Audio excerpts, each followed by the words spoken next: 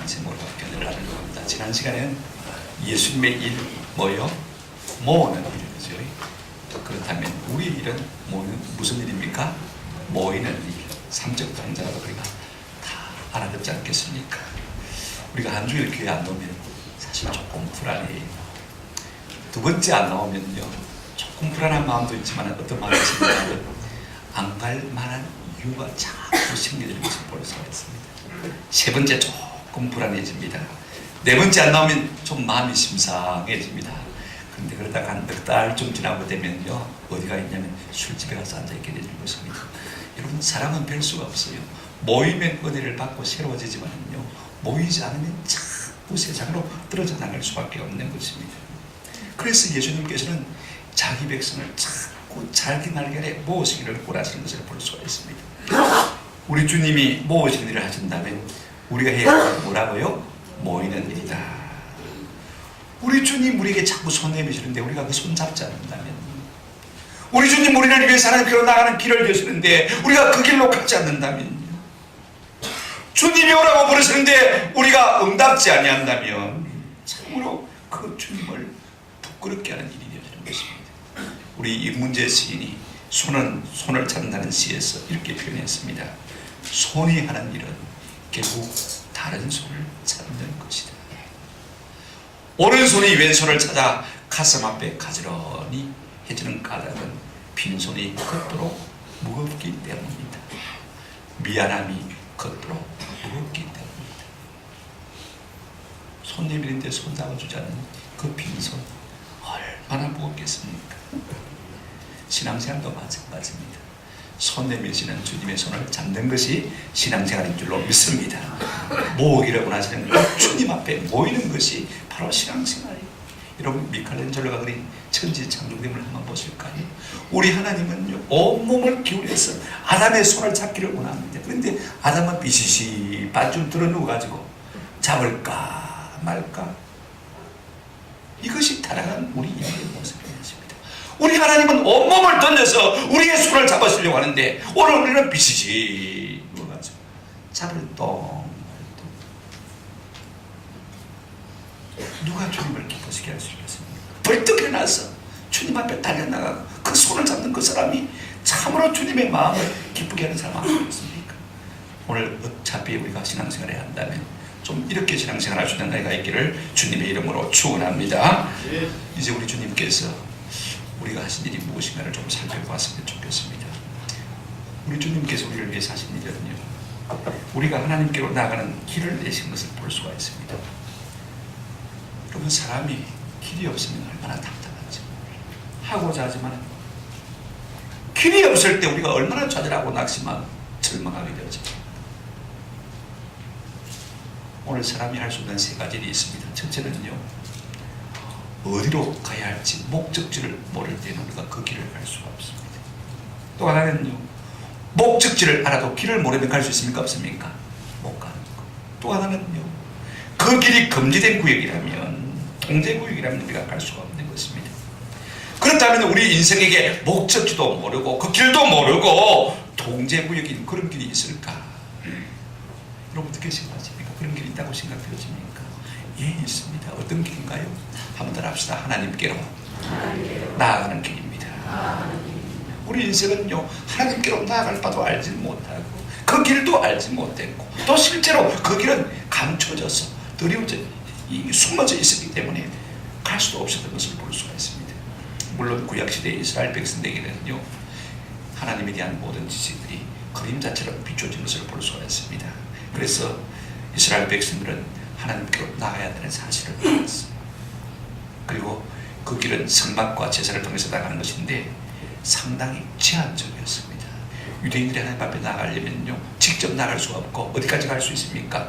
성막의 뜰까지만 갈 수가 있었습니다.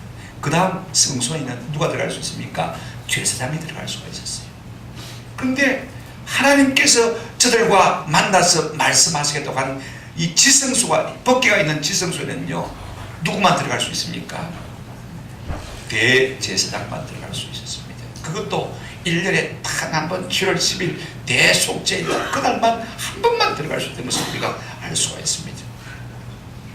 그런데 우리 우리 예수님이 땅에 오셔서 살 소망이 없는 저희들에게 하나님께로 나아가는 길다는 사실을 알려주시고, 우리 주님 당신 스스로가 그 길이 되어주시고 그 엄격에 통제된 길을 우리에게 열어주신 것입니다. 이것이 우리 주님께서 이 땅에 오셔서 우리를 위해서 하신 것입니다. 오늘 본문에 보면 이렇게 말씀하고 있습니다. 그 길은 우리를 위하여 휘장 가운데로 열어놓으신 새로운 살 길이요, 그 휘장은 곧 그의 육체니라.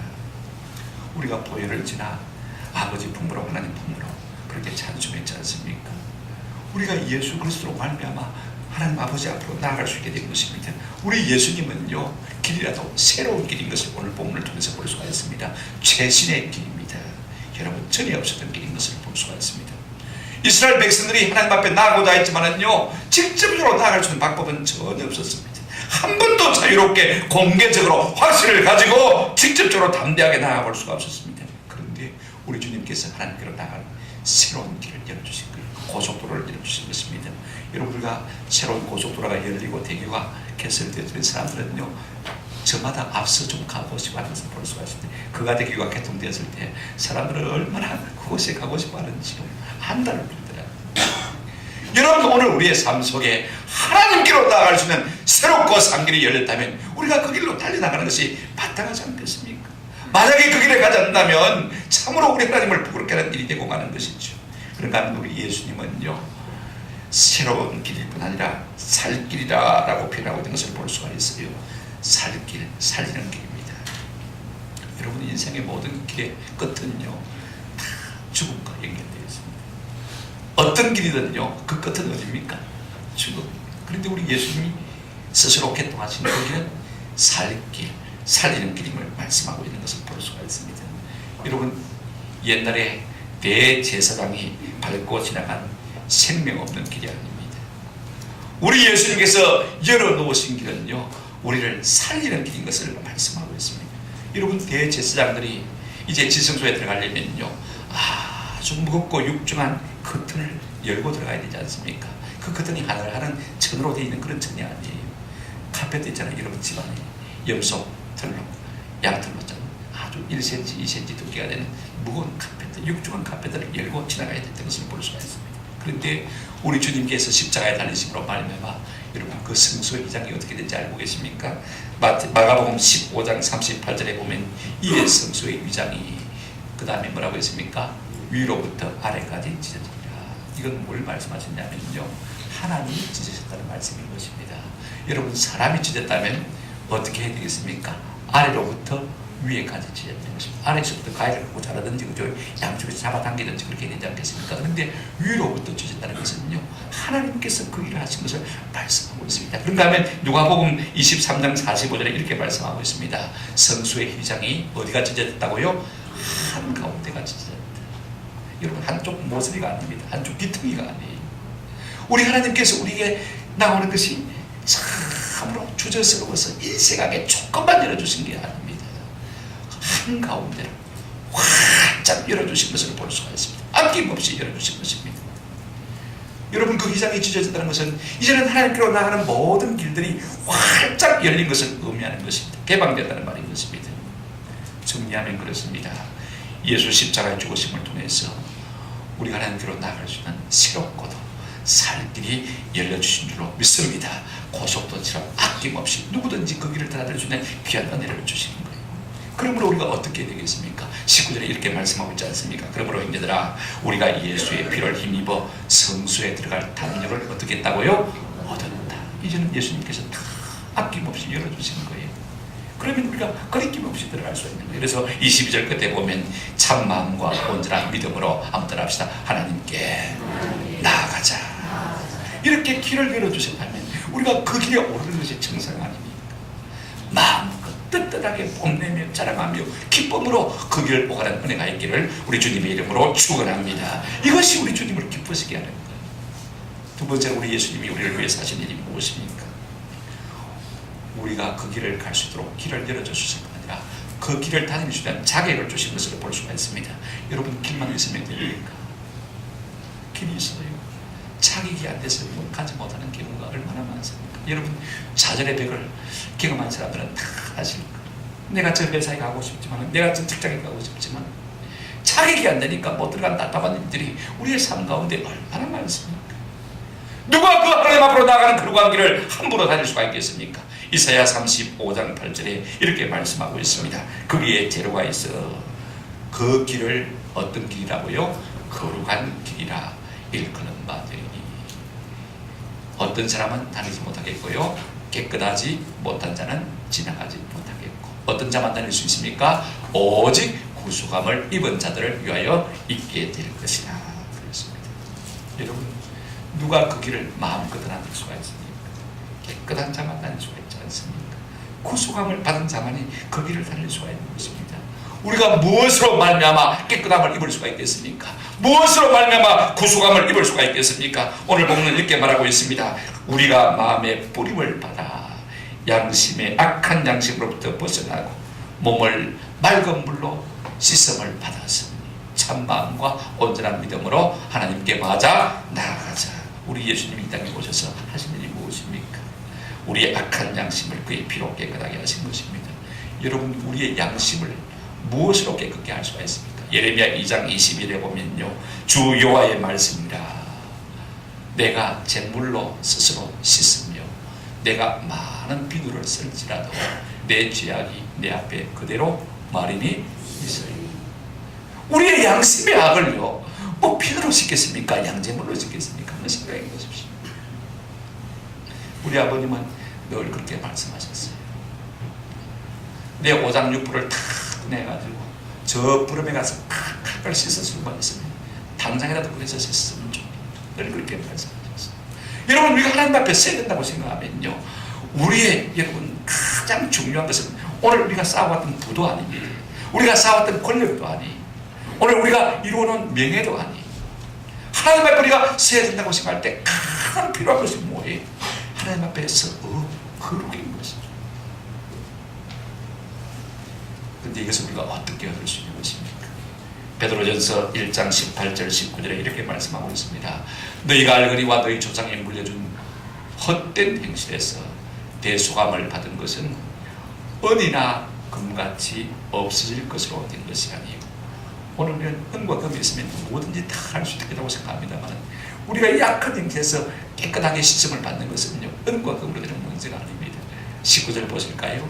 다 같이 시작. 오직 흠 없고 점 없는 어린 양 같은 그리스도의 보배로 피로 된 것입니다. 아멘. 우리의 약한 양심을 무엇으로 씻을 수 있겠습니까? 오직 흠 없고 점 없는 어린 양 같은 예수 그리스도의 보배로 피로 된 것입니다. 요한일서 1장 7절에 그 아들 예수의 피가 우리를 모든 죄에서 마게 하실 것이요 깨끗게 하실 것이요. 주님의 보혈만이 우리를 우리의 죄에서, 우리의 흥물에서, 우리의 여타감에서 깨끗게 하실 수가 있는 것입니다. 여러분, 우리가 세상에서도 우리의 약함 때문에, 우리의 흥물 때문에, 우리의 죄악 때문에 비난받는 일들이 얼마나 많습니까? 세상도 정죄하지요, 사람도 정죄하지요, 사단도 나를 정죄하지요. 이래저래 치이고 상한 심령들이요, 어디 가서 하소연 하겠습니까? 어디 가서 이 문제를 해결받을 수 있겠습니까? 오직 주의 보혈로 정결함을 입게 될 줄로 믿습니다. 이 사실만 생각하면요, 얼마나 감사하지. 몸을 맑은 물로 씻었습니다. 스가랴 13장 1절에 그날의 죄와 더러움을 씻는 셈이 다윗의 족속과 예루살렘 주민을 위하여 열리리라. 더러움을 씻는 뭐가요? 셈.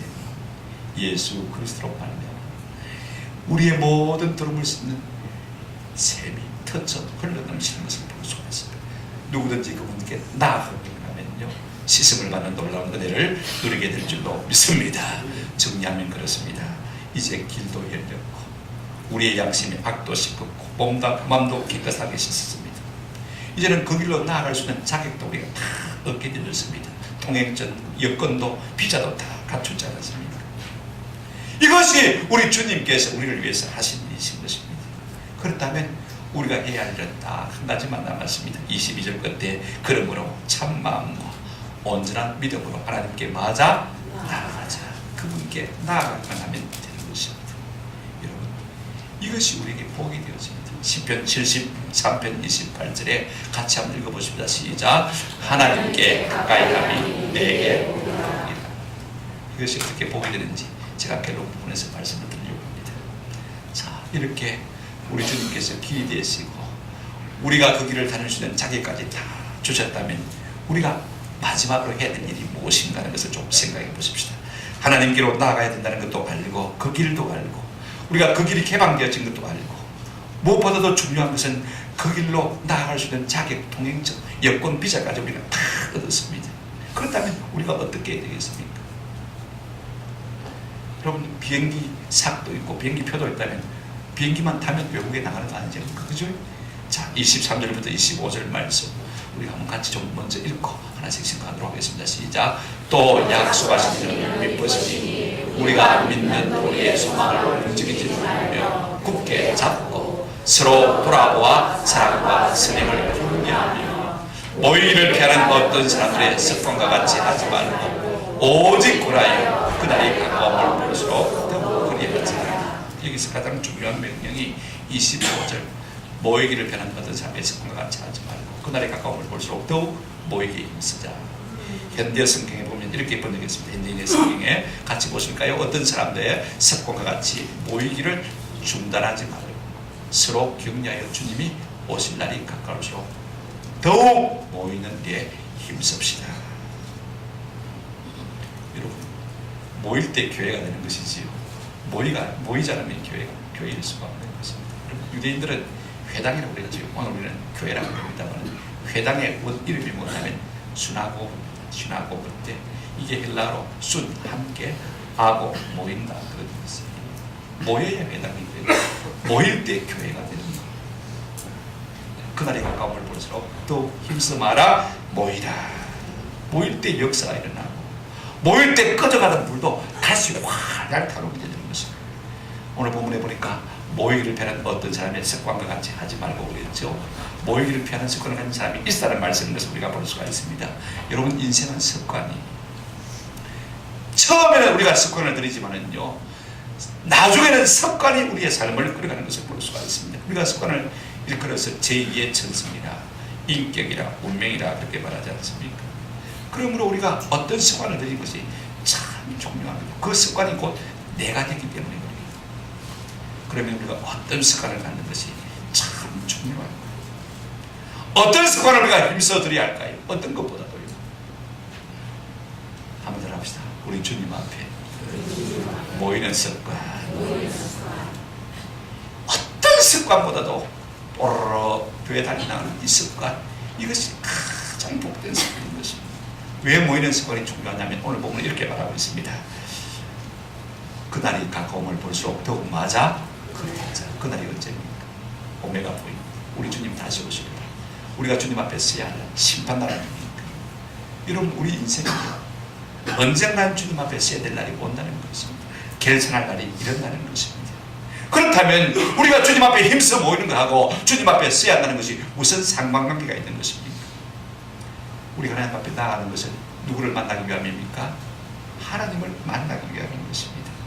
여러분 만나면요 가까워지면 문제가 해결됩니까? 안 됩니까? 다 해결되는 것입니다. 내가 죽을 때 이 문제 해결하겠다. 그때까지 우리의 삶의 문제를 미뤄두는 사람은 참 미련한 사람이에요. 생각날 때마다 하나님의 은혜의 보좌 앞에 보러 나아가서 이 문제를 해결받는 은혜가 있으시기를 주님의 이름으로 축원합니다. 미뤄둬서 한꺼번에 해결받으면요 심판밖에 없는 거지 않습니까? 그런가 하면 우리가 모일 때 현실적으로 실제적으로 누리는 은혜가 있을 수가 있습니다. 사람들은요 약속은 별로 좋아하잖아요. 먼 훗날 주겠다 별로 안 좋아합니다. 지금 당장 무엇을 취할 수 있는 것이 있으면 참 좋아하잖아요. 오늘 본문에 우리가 25절 말씀을 역으로 거꾸로 생각해 보시면요 모이기에 힘쓰면 받는 은혜가 있습니다. 실제적인 유익이 참 많이 있어요. 우리가 모일 때 우리 주님 약속하셨습니다. 마태복음 18장 20절 두세 사람이 내 이름으로 모인 곳에는 한번 더 합시다. 나도 그들 중에 있느니라. 기간별로 모일 때 2명, 3명 모인다고 낙심하지 마십시오. 샘터 모임에 겨우 2명 모였다, 3명 모였다, 낙심하지 않는 은혜가 있으시기를 바랍니다. 사람은요 2-3명 모이면 에이 뭐 하겠나 그럽니다. 그죠? 그러나 하나님은 2사람만 돼도 내가 그들 중에 있겠다 없겠다 지난 제가 두세 주 전부터 부흥 강사 목사님 모시려고 전화통화를 계속 들고 있었어요. 유명한 강사들은요 1년, 2년, 3년치 계획이 다 있어가지고 우리가 원하는 날짜에 도무지 뺄 수가 없어. 또 어떤 목사님은 그래요. 몇 명 모이는데요, 한 200명 모이는데요, 아이고 좀 적은데요, 조금 일어나면요 적게 모이는데 안 가려고. 그렇지 않습니까? 누가 모이는데 에이구 막 그런 사람들 모이는데 안 가려고. 이게 사람이에요, 그죠? 그런데 우리가 주의 이름으로 2명만 모이고 3명만 모여도 주님이 어떻게 하겠다고요? 그들 중에 모일 때 하나님이 우리와 함께 하시는 놀라운 은혜를 맛보고 누리게 될 줄로 믿습니다. 첫째로요, 우리가 모일 때 어떤 일이 있냐면요, 23절 보시기 바랍니다. 우리가 믿는 도리의 소망을 움직이지 말며 굳게 잡고. 우리가 무슨 수로 우리의 믿음을 굳게 지킬 수가 있겠습니까? 내가 스스로 힘을 냈다고 될까요? 그렇지 않습니다. 결국 25절 말씀을 따라가는 길밖에 없어요. 우리가 힘써 모일 때 우리의 믿음이 더욱 굳세어지는 은혜를 누리게 될 줄로 믿습니다. 여러분 생각해 보십시오. 여러분 교회는요 아궁이가 똑같아요. 아궁이 속에 장작불을 넣어놓으면요 불이 활활 타오르는 것을 볼 수가 있습니다. 잘 타던 불도요 장작 하나를 끄집어서 밖에 내놓으면요 얼마 안 가서 빛이 꺼지고 말거든요. 여러분 우리가 모일 때 계속해서 믿음의 불이 활활 타오를 수 있는 것이지, 모이지 않고 내 혼자 따로 떨어져 있으면요 있던 믿음도 사라질 수밖에 없는 거예요. 우리가 무엇으로 우리의 믿는 도리의 믿음을 굳게 잡고 붙들고 승리할 수 있겠습니까? 힘써 모일 때 가능한 것입니다. 여러분 누가 믿음 있는 사람입니까? 잘 모이는 사람이 믿음 있는 사람이지, 여러분 잘 안 모이는 사람이 믿음 있는 사람이어서 그걸 봤습니까? 부지런히 주의 날개 아래로 나가는 사람들이 믿음이 있는 사람인 것입니다. 두 번째로요, 우리가 힘써 모이게 될 때 사랑과 선행을 격려받게 되어집니다. 여러분 만나면 역사가 일어나는 거예요. 모일 때 여러 가지 배단도 있지만은요 더 나은 유익을 하나님께서 우리 가운데 반드시 주실 줄로 믿습니다. 같이 모여서 위로받고 위로하고 믿음의 도전도 받고 격려도 받고. 저도 개인 예배를 드릴 때는요 서울의 유수한 목사님들 설교 들어봐야 성경적으로 설교 안 하는 것 같아가지고 우리 고신 목사님들을 일부러 찾아다니면서 설교를 드려요. 지난주일에는 우리 저 사직동교회 김철봉 목사님 설교를 듣는데 은혜를 참 많이 받았어요. 그 설교를 듣고 우리 교회 이야기도 나오더라고요. 제가 더 은혜를 받았잖아요. 참 감사합니다.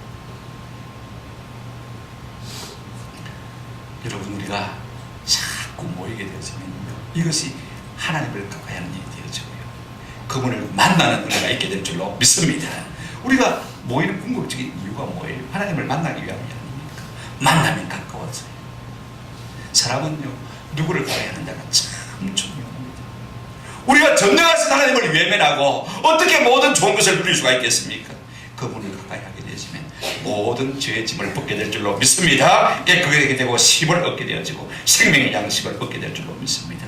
주 앞에 나올 때 우리 마음이 기쁘고 그 말씀 힘되어 희망 솟아옵니다. 이것이 우리 찬송 아닙니까? 주님 앞에 나올 때 이런 은혜가 우리 모두에게 있게 될 줄로 믿습니다.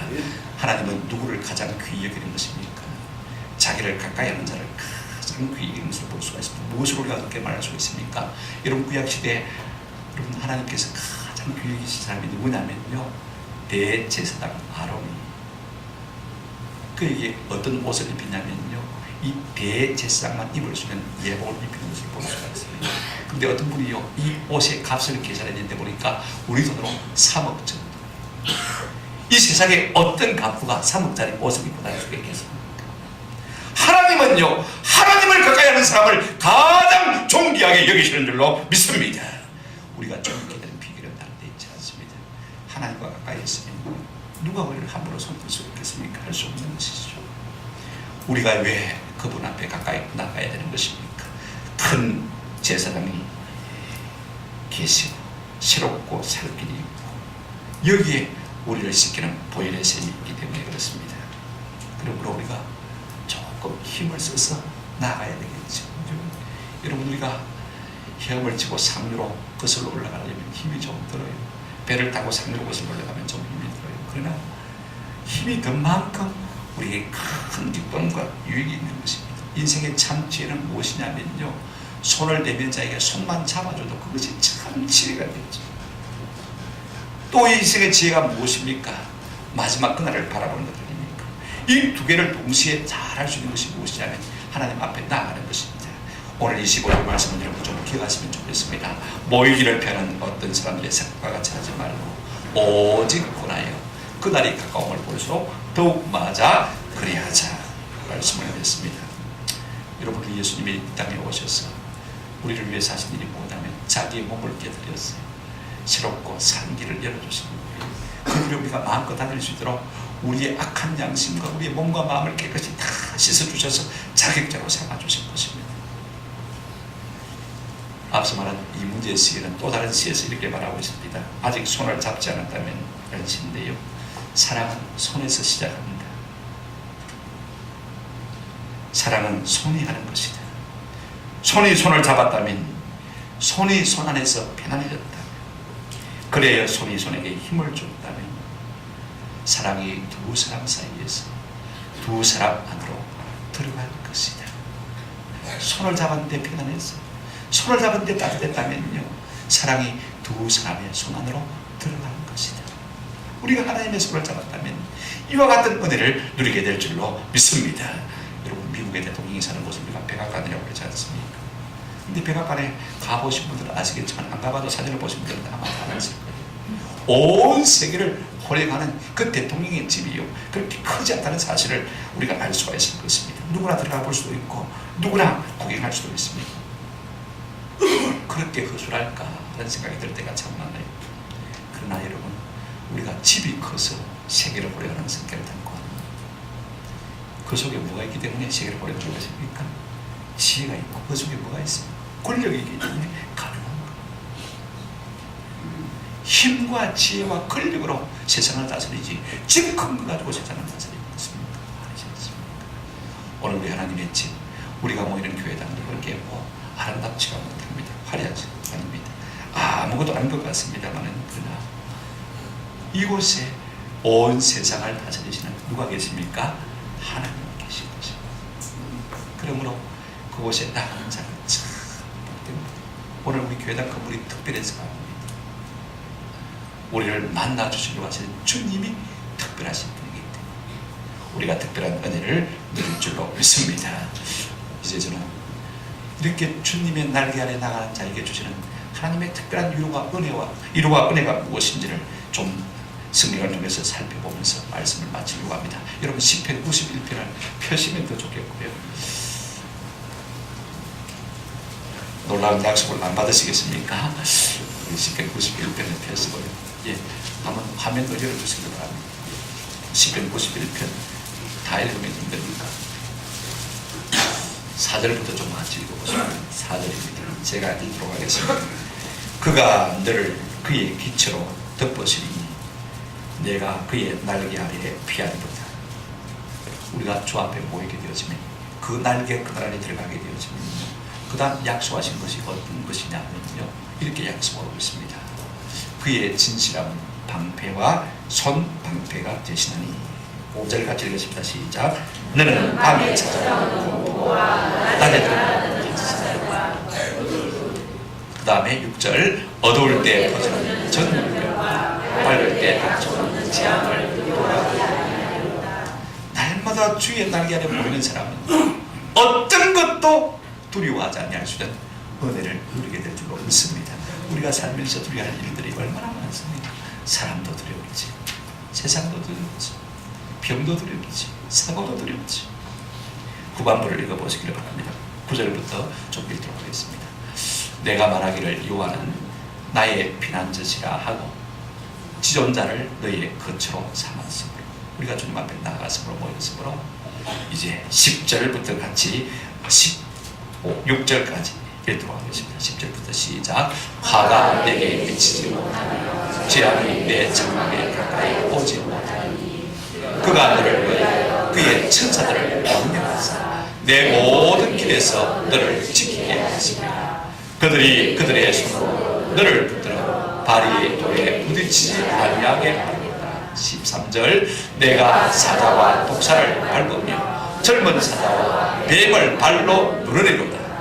하나님이 이르시되 그가 나를 사랑하는자 내가 그를 건지리라. 그가 내 이름을 안져 내가 그를 높이리라.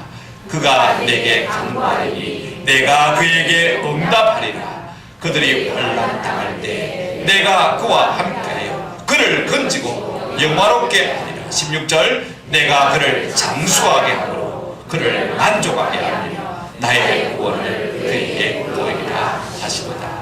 아멘. 이 같은 복을 누리기를 원하십니까? 이제 우리를 모시는 주님 앞에 날마다 보이기를 힘쓰시는 은혜가 있기를 우리 주님의 이름으로 축원합니다. 아멘.